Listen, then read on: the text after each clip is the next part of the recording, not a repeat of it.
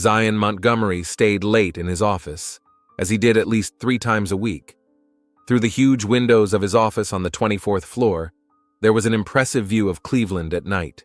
Even after 15 years of practice, he couldn't get used to the feeling of power that this panorama gave him. The prestigious law firm Montgomery, Patterson and Partners specialized in criminal cases, and Zion, as a leading partner, had a reputation for being able to get clients out of even the most hopeless situations. The reflection in the window flattered him. At 40, he looked younger, fit, with a neatly trimmed beard and dark, attentive eyes. Zion adjusted his perfectly fitting Tom Ford suit and loosened his tie. He had a special meeting today. He glanced at his watch. It was almost 9 in the evening, the perfect time for someone who wanted to go unnoticed. Zion turned off his computer, picked up his leather briefcase, and left his office. There was no one at the reception desk. The secretaries had long since gone home. Only the security guard nodded to him at the elevator. "Late again, Mr. Montgomery?" "Work never sleeps, Joe," Zion replied with a smile he had practiced for years. Shania is used to it. The mention of his wife was part of his carefully crafted image as a family man. No one should suspect that instead of the home of a wealthy lawyer, a loft on the other side of town was home to his secret passion, Nevaeh Raven. Nevaeh was standing at her easel when she heard the sound of a lock being unlocked. Her studio occupied the top floor of a converted industrial building in the Tremont district, where artists and musicians were gradually moving in, attracted by the spacious and inexpensive premises. High ceilings and huge windows made the space ideal for an artist. She didn't turn around, concentrating on putting the finishing touches to the canvas. It was a portrait of Zion, naked, vulnerable, yet powerful. She loved to depict him like this, stripping away all the masks he wore in everyday life. "You're late," she said, continuing to work with her brush. Zion came up behind her, wrapped his arms around her, and kissed her neck. "Sorry, baby. Difficult client. You know how they are." She knew. She knew about his clients, his business, his big house in Shaker Heights, but Neve tried not to think about the other part of his life. It was an unspoken agreement between them, no talking about his family, no asking when he would leave his wife, as he had promised almost a year ago. 25 years old, a talented artist with a growing reputation in the local community, Neve saw Zion not only as a lover, but as a chance for a better life. He showed up at one of her exhibitions, bought a painting for an exorbitant amount, and then asked her out to dinner. She accepted, charmed by his authority and intelligence. Now, after a year of being together, Neve couldn't imagine life without him. "You look tired," Zion remarked, looking at her intently. "A little," Neve admitted, putting down her brush. "The last few weeks have been difficult. I feel constantly exhausted." It was true. Neve had been feeling unusually tired for over a month. At first, she blamed it on preparing for the exhibition, then on stress. But even after 2 weeks of rest, her energy hadn't returned. "You should see a doctor," Zion said, stroking her head. "Maybe it's just a lingering cold." Colds had indeed become frequent.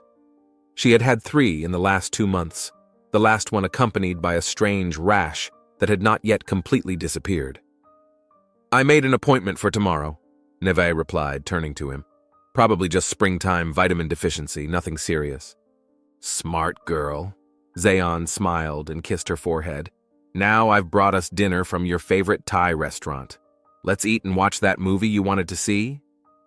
After dinner, they lay in bed, and Neve felt the familiar warmth of happiness. Maybe she really had been working too much lately and her body just needed rest.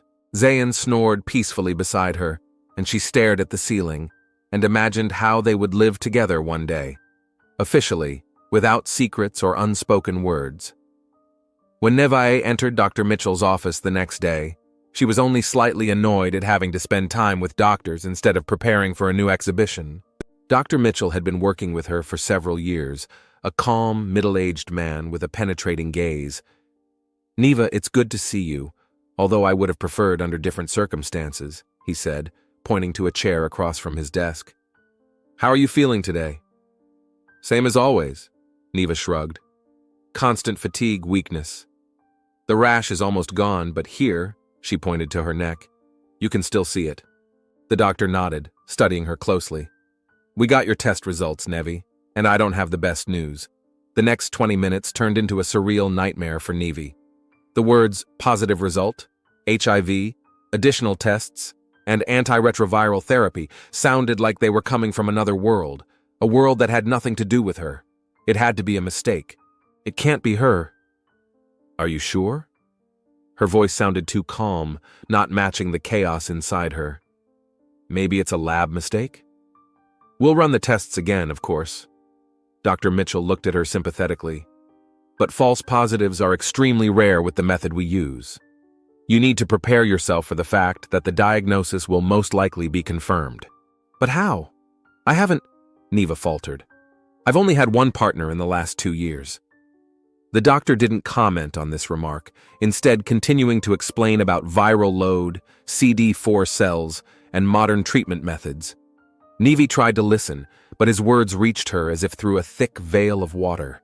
Reality was falling apart at the seams, reconstructing itself into something unrecognizable. Leaving the clinic, Neva walked down the street, oblivious to the passers-by. The diagnosis couldn't be true. She was healthy, young, talented. She had a future with Zayn. Zayn. A sudden thought pierced her mind. If she had HIV and Zayn was her only partner, then Nevi took out her phone and dialed his number. Rings. Long rings, then voicemail. She sent a message. We need to talk urgently. It's important. A few minutes later, a reply came. In a meeting, I'll be free late. Let's talk tomorrow. Tomorrow. As if her world wasn't falling apart right now. Over the next 3 days, Nevi left more than 20 messages and made at least 40 calls. Zayn responded rarely, evasively, citing important business that was taking up all his time. He didn't come over, didn't explain himself. He just disappeared from her life at the very moment when she needed him most. On the 4th day after her visit to the doctor, Neva began searching for information. She spent hours immersed in medical websites, HIV patient forums, and scientific articles about how the virus is transmitted. The more she read, the more anxious she became. The prospects were not as dire as she had initially thought. Modern therapy allowed for a normal quality of life. But the very fact of betrayal, the same thought kept running through her head. Did Zayn know about his status? If he did, why hadn't he told her? If he didn't, she had to warn him immediately, because his wife was also in danger. His wife, the woman whose existence Neva had tried so hard to ignore. Now she couldn't stop thinking about her. Did she know? Was she infected? Did they have children? Sleep became an unattainable luxury. Neva could lie for hours staring at the ceiling, replaying conversations with Zayn in her head, remembering every touch, every kiss, which now took on a sinister tone. Food lost its taste. She chewed mechanically, feeling no pleasure. The loss of appetite led to rapid weight loss, another symptom that added to her anxiety. A week after receiving the diagnosis, Neva returned to work, not because she felt better, but to distract herself from her obsessive thoughts. She started a new portrait of Zayn, but something had changed in her technique, in her perception of the model. The brush seemed to find angles and shadows she hadn't noticed before. The eyes in the portrait were cold and calculating. The mouth twisted into a mocking grin. She painted for hours without stopping, and when she finally stepped back from the canvas, she was overcome with a chill. It wasn't the man she loved staring back at her from the canvas, but a predator. Demonic features showed through the handsome face, as if she could see his true nature through the mask of humanity. Nevi blinked, and the vision disappeared. Now it was just a portrait, albeit strangely distorted, as if painted in a fever. She put down her brushes and sat down on the floor, wrapping her arms around her knees. Something was happening to her mind, something terrible. On the 10th day after her diagnosis, Nevi did something she would never have allowed herself to do before. She drove to Zayn's office. She didn't plan to go in, she just wanted to see him, maybe catch him on his way to lunch or after work. Just talk. Parking across the street, she watched the entrance for 3 hours. Finally, Zayn appeared, accompanied by 2 other men in suits, engaged in lively conversation. He looked healthy, energetic, completely unconcerned. Neva felt anger rising inside her. How could he go on with his life, as if nothing had happened, as if he hadn't destroyed her future, her health, her trust? She was about to get out of the car and approach him when she noticed Zayn getting into a taxi. The decision came instantly. She followed him, keeping her distance in the heavy city traffic. Zion's taxi stopped outside an elegant restaurant in the business district. Nevi parked on a side street and watched from a distance as Zion entered the building. 20 minutes later, another car pulled up to the restaurant, a luxurious white Lexus.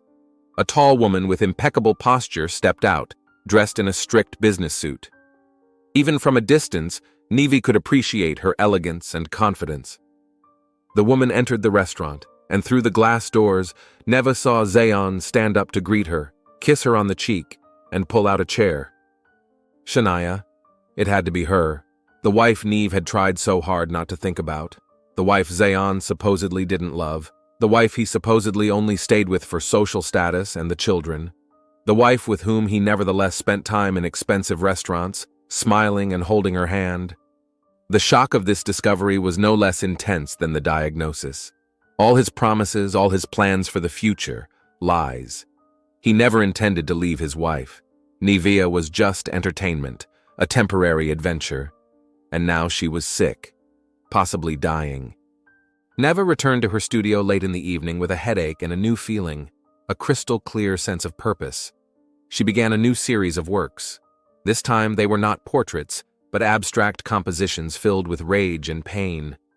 Red dominated, the color of blood, betrayal, and illness. She worked all night without feeling tired, and by morning the walls of her studio were covered with bloody canvases reflecting the chaos of her inner world.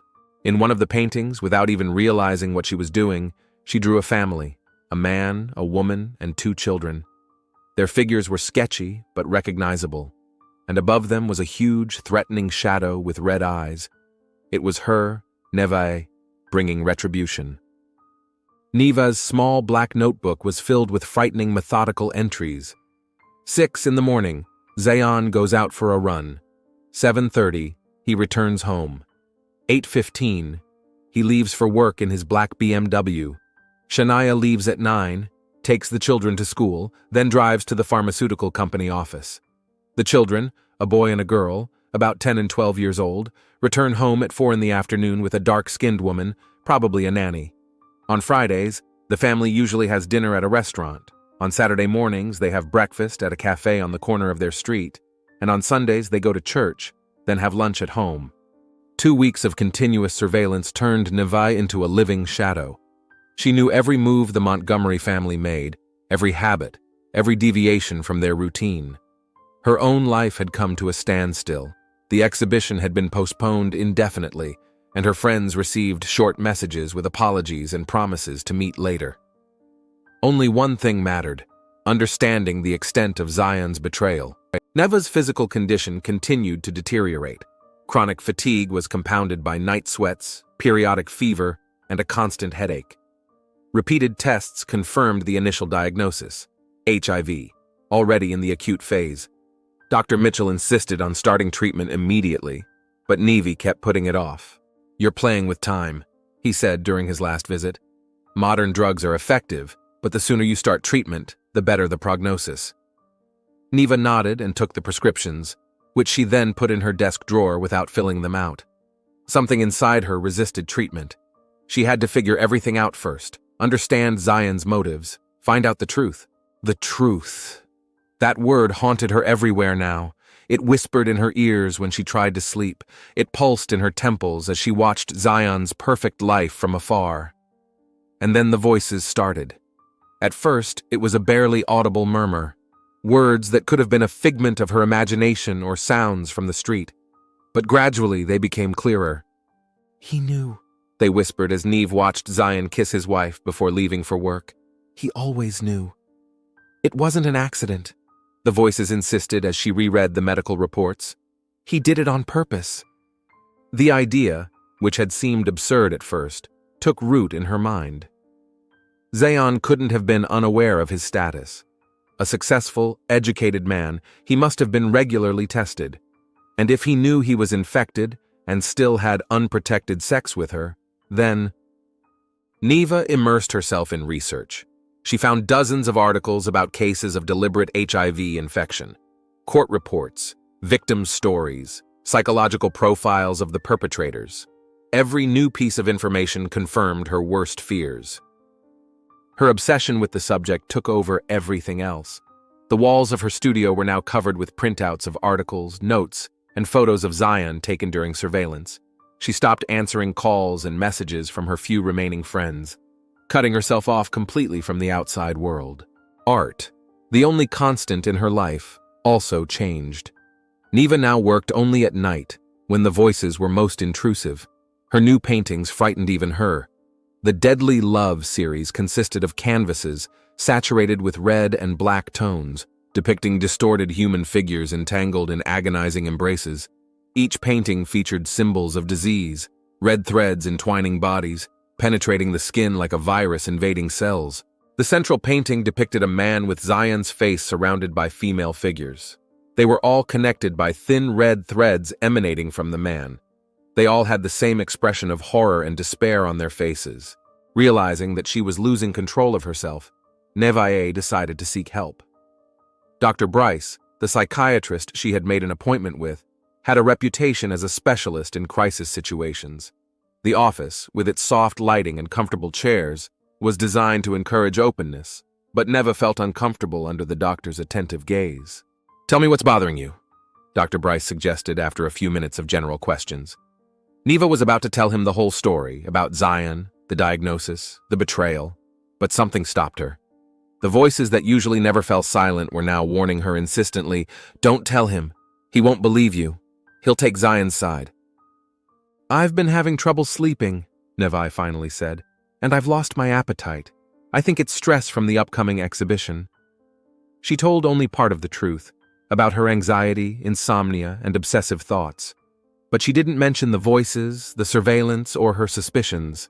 In the end, she was prescribed mild tranquilizers and given recommendations for stress management. They were useless.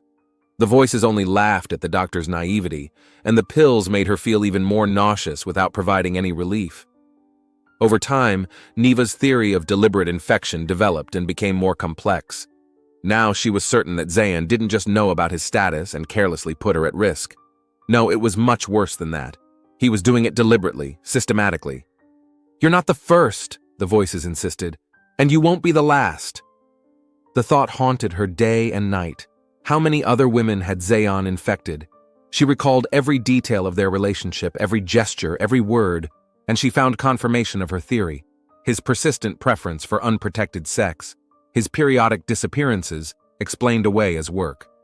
The way he sometimes examined her body after intimacy, as if looking for signs of disease. What if his wife was also infected? What if the children? Or was it part of his twisted game to keep his family pure while spreading the disease among his mistresses? The walls of Neva's studio had turned into a giant diagram of Zion's alleged crimes. In the center was his photo, from which red threads radiated out to photos of imaginary victims. Some of the faces Neve had cut out of magazines, others she had drawn herself. Each victim had a story she had invented in minute detail.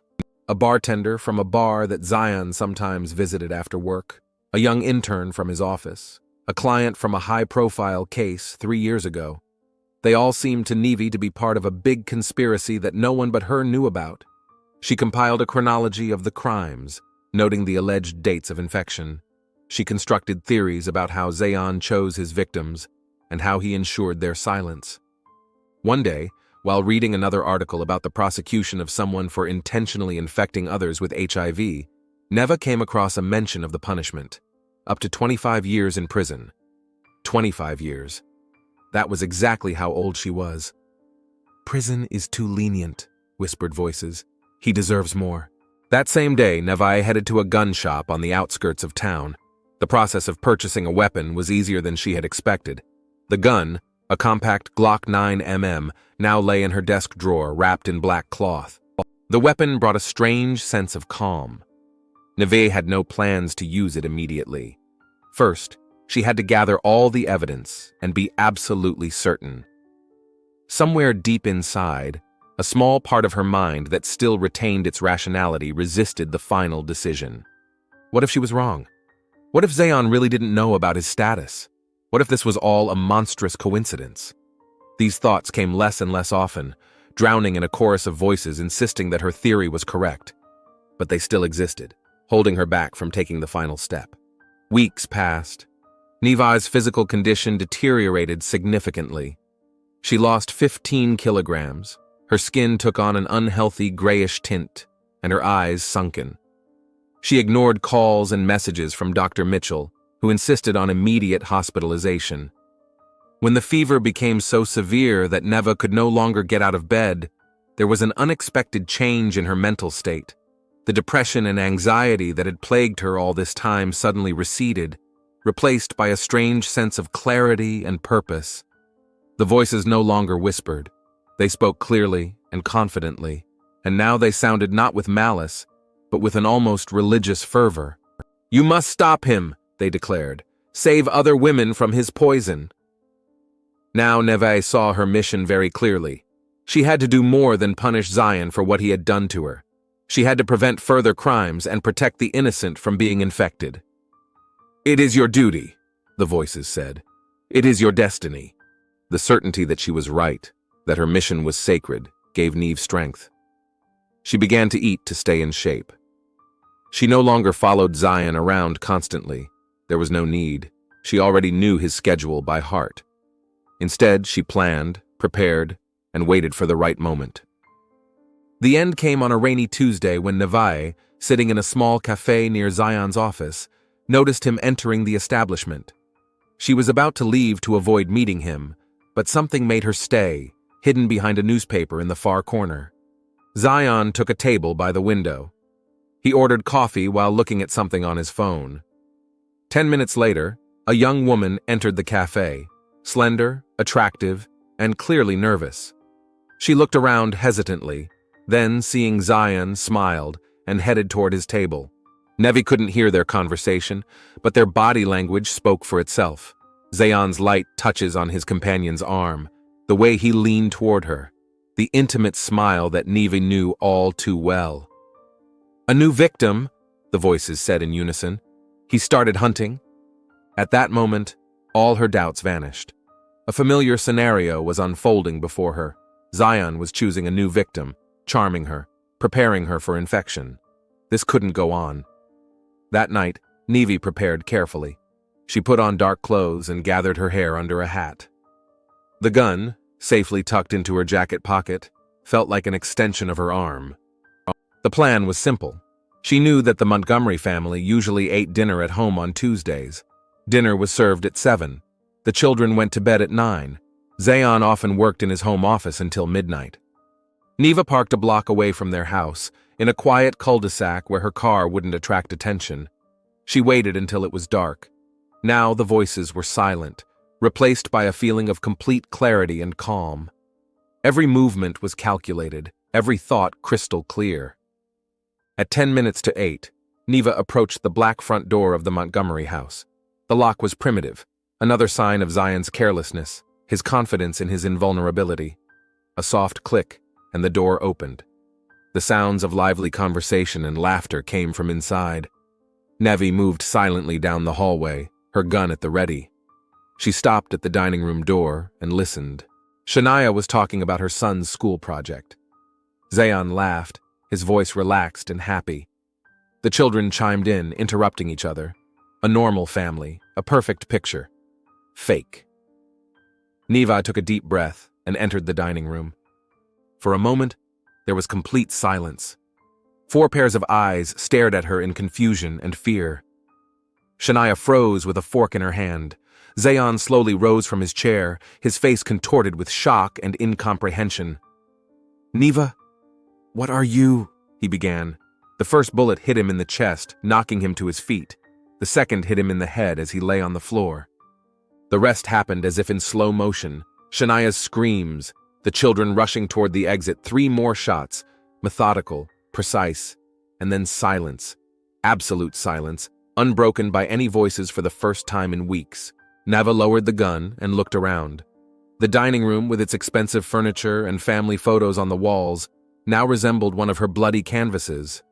But this was not a canvas. This was reality. She suddenly felt terribly tired.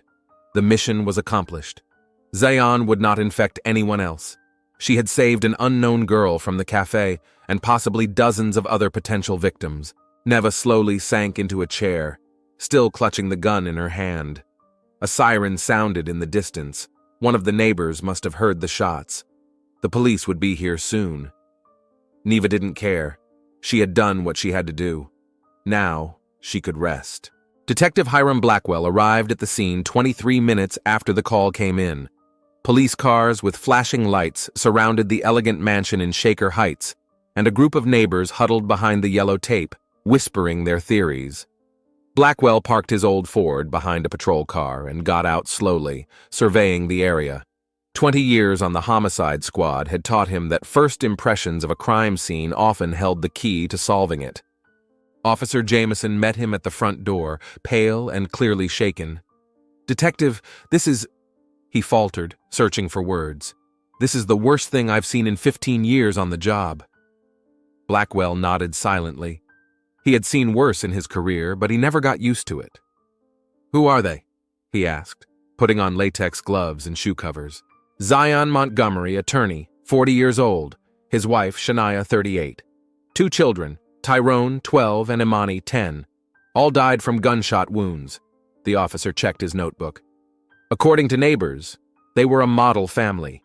Zion was a successful criminal defense attorney and a partner at a prestigious firm. Shania worked for a pharmaceutical company. Any suspects? "There is a witness. A neighbor across the street saw a woman leaving the house at approximately 8:15 p.m. The description is vague. Thin, dark-skinned, wearing dark clothing.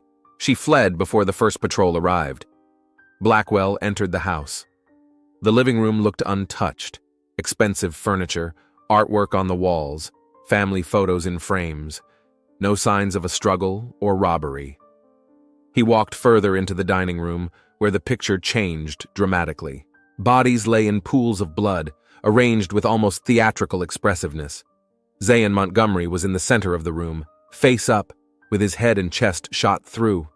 Around him, as if in a clockwise circle, were the bodies of his wife and children. Forensic investigators were already taking measurements, photographing and collecting samples. "Weapon?" Blackwell asked. "A 9mm pistol," one of the technicians replied. "Judging by the casings, 5 shots. 2 in the man, 1 in each of the others." Blackwell methodically examined the crime scene, taking notes. The damage indicated that the shooter knew what he was doing. All the shots were accurate and lethal. There were no signs of hesitation or uncertainty. However, the nature of Zion's wounds was different. 2 shots instead of 1, and judging by the position of the body, the first was fired while he was still standing. It didn't look like a robbery, more like an execution. He noticed the family dinner. There were plates with uneaten food, wine glasses, and children's juice cups on the table. There were no signs of an uninvited guest, no mess that would indicate resistance. Whoever the killer was, his appearance did not cause immediate alarm among the victims. Perhaps they knew him. Blackwell left the house and walked around the property. Behind the hedge separating the property from the street, he found trampled grass and cigarette butts. Someone had been standing there regularly, watching the house. He collected the cigarette butts in an evidence bag. They might contain DNA, and instructed the technician to check the surveillance cameras in the area. By dawn, Blackwell had formed his first hypotheses. Montgomery was a successful criminal defense attorney, which meant he had enemies among those he couldn't defend or those who had been harmed by his clients. On the other hand, the crime did not appear to be a mafia hit or gangland revenge. It was too personal, especially given the different treatment of the husband and other family members. Another avenue of investigation was Shania Montgomery's professional life. As a senior researcher at a pharmaceutical company, she may have had access to confidential information, making her a potential target for industrial espionage. However, the lack of signs of a search or theft cast doubt on this theory. At 8 in the morning, Blackwell convened the first meeting at headquarters. A team of 4 detectives and 2 analysts was assigned various aspects of the investigation, examining Zion and Shauna's professional connections, interviewing neighbors and colleagues, analyzing the family's financial records, and searching for possible witnesses. "Pay special attention to the victims' personal lives," Blackwell ordered. "Carefully check phone records, emails, and messages. If Montgomery had a mistress or any secrets, we need to find out about them. The first breakthrough in the investigation came the next day. Zion's secretary admitted that her boss had met several times with a young artist named Nevaeh Raven. She remembered her name because Zion had bought one of her paintings for his office, an abstract composition in red and black that hung in his private office. Further investigation revealed that Zion regularly visited Nevi's studio in the evenings, ostensibly to discuss orders for new paintings. However, after reviewing surveillance footage from the building where the studio was located, detectives discovered that Zion usually stayed there for several hours, sometimes overnight. Blackwell personally went to the office building where Neva's studio was located. The concierge said he hadn't seen her in several weeks. After obtaining a search warrant, Blackwell broke open the studio door and froze in the doorway, shocked by what he saw.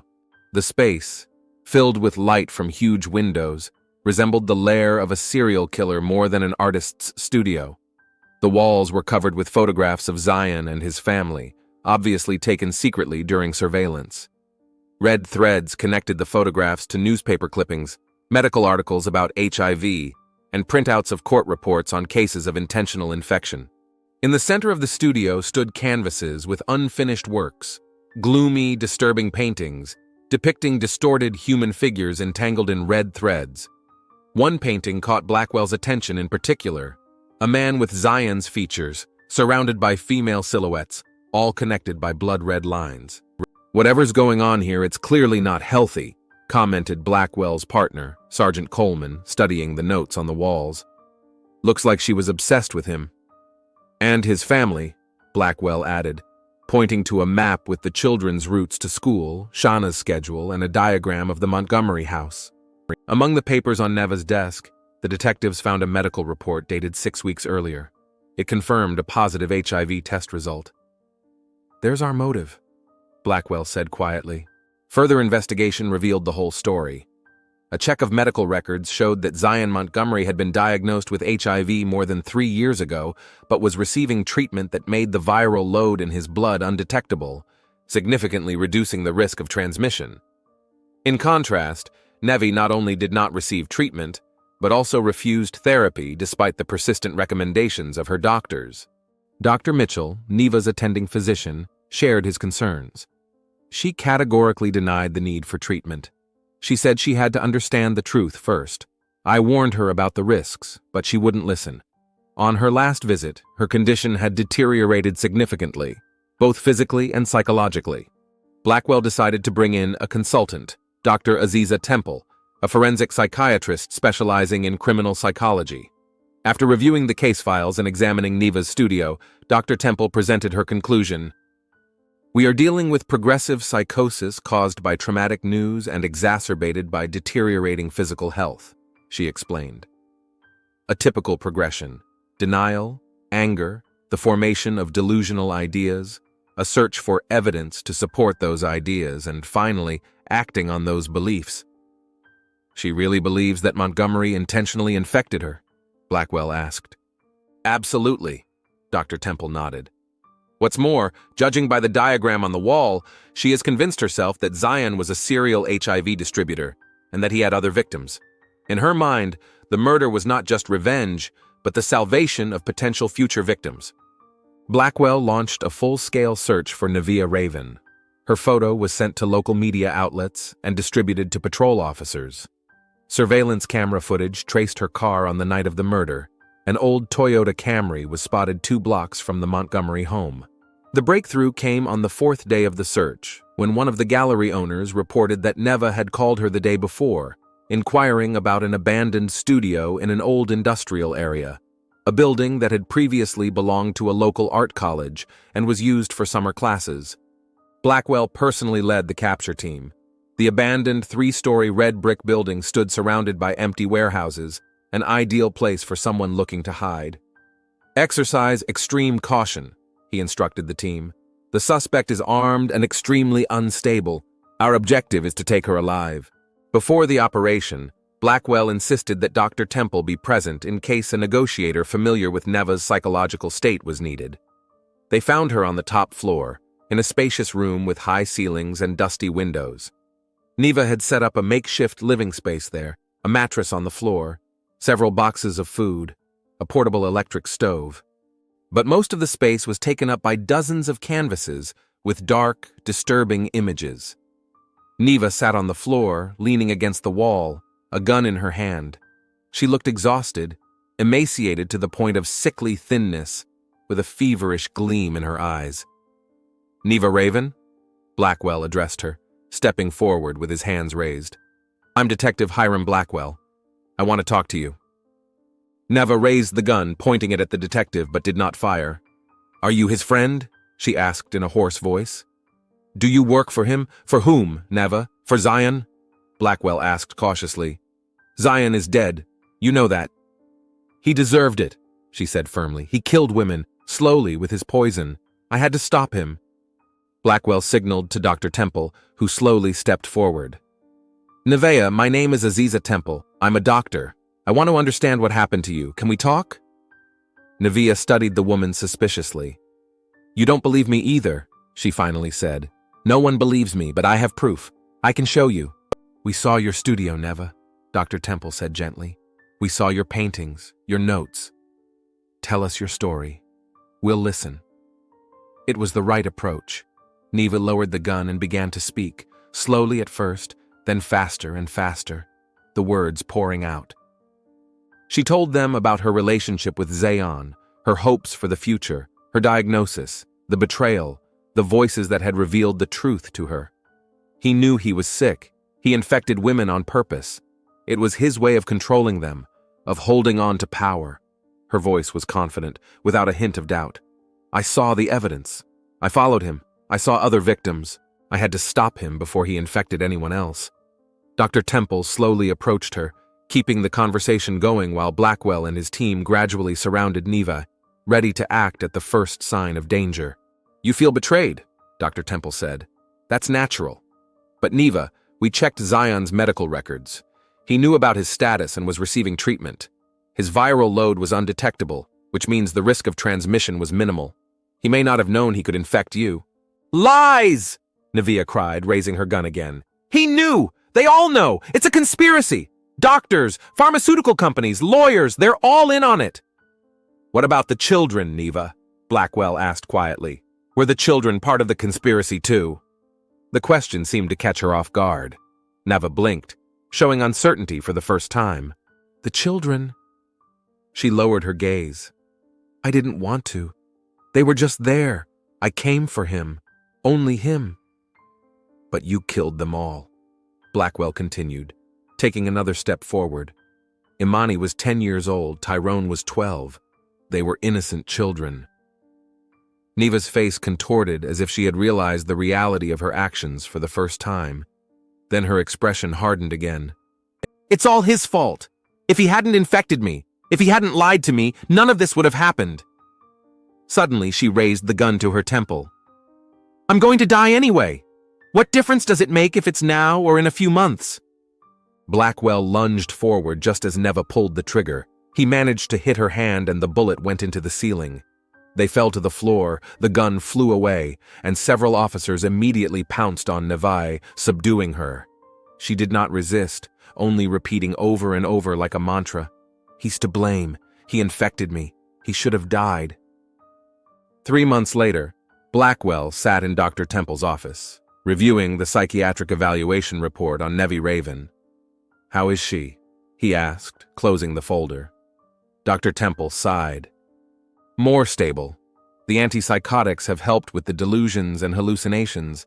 She's started antiretroviral therapy, and her physical condition is improving. But the realization of what she's done is coming slowly and painfully." "Does she understand that Zion probably didn't know he infected her?" "Intellectually, yes. Emotionally, I doubt it. The trauma of betrayal runs too deep. Regardless of his intentions, Zion was living a double life, lying to both women and putting them at risk." Blackwell nodded, recalling details from the investigation. They had never been able to determine with certainty whether Zion knew he had infected Nevaeh. Medical records showed that he had been regularly treated and his viral load was undetectable, which significantly reduced the risk of transmission. However, he never told Neve about his status, didn't use protection, and after her diagnosis, he just disappeared from her life. The line between victim and perpetrator is sometimes so thin, Blackwell said thoughtfully. In another reality, she could have sued him for intentional infection. Instead, her psychosis turned her pain into a weapon, Dr. Temple finished. It's a tragedy for everyone involved. Leaving the psychiatric clinic, Blackwell took one last look at the windows of the ward where Neva was staying. Somewhere behind those white walls, a young woman was trying to piece together the fragments of her shattered life and come to terms with the horror of her actions. 4 lives had been cut short, and a 5th had been permanently scarred, and all because of a lie that, like a virus, had destroyed everything it touched.